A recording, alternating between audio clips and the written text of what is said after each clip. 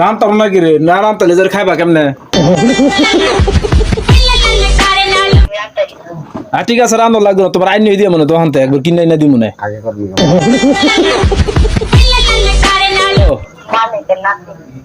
Hello,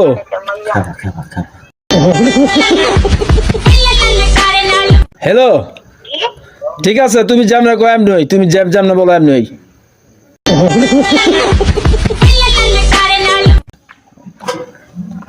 আরে তুমি যেমন খাইতেছো এমনি খাওয়ামো, তুমি কি আসবা নাকি?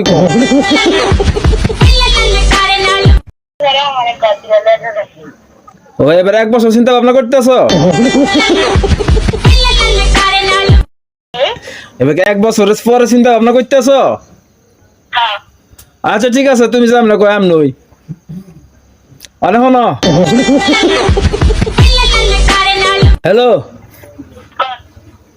তুমি যে খাইতে চাইতেছ মানে বুঝই দু মানে আঙ্গর জাগা জমি যে নিয়ে আছে তো কিনুন লাগতো না, বুঝছো না? তো আল্লাহর রহমতে তো তুমি যে চিন্তা ভাবনা করতেছ, তো মনে করো যে আমি 2-3 বছর কাম চাম কইরা টাকা পয়সা বানায় খেত খোলা রাখিয়া হাতে ক্যাশ বাস বানাইলে, বুঝছো? তো মনে করো যে তুমি যেটা চাও ওইটা পাইবা, খাবার দাবার শুরু করে কাপড় লতা, স্বর্ণের চেন, কানের দুল, যত পায়ের নুপুর সুপুর যত আছে না সবকিছু পাইবা, সমস্যা নাই।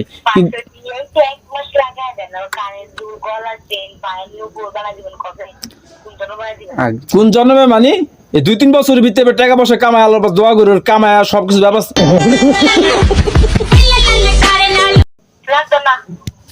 আরে বাবা রে শোনো, এর আগে কি তোমার খোঁজ খবর নিতাম না? তুমি তো আমার গুমরাহি তাও রাগ করো, হুদা শুনে রাগ করো, সন্দেহ করে রাগ করো। তুমি যদি স্ত্রী হিসেবে মন খুললা কইতা আমাকে এইটা দেন তো সেটা দেন তো, আমাকে এই জিনিসটা কিনবো এই জিনিসটা কিনবো, স্বামীর লগে একটা কথা আছে না সৌন্দর্য করে, তুমি তো এটা বলোই না, তো তোমার আমি কেমনে কি করবো?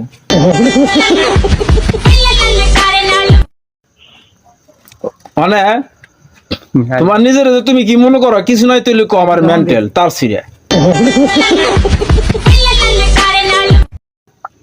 হ্যালো, তুমি তো আমার মেন্টাল তার সিরে মনে করো, মানে আমি কি কমো? সেদিনকে কইছিলাম একটা চুমা দাও স্ত্রী স্বামী হিসেবে, তুমি কও যে তোমার ইস্টিজিং করতেছে। আমি এই স্বামী যদি স্ত্রী বিয়ে করে ইস্টিজিং কয়?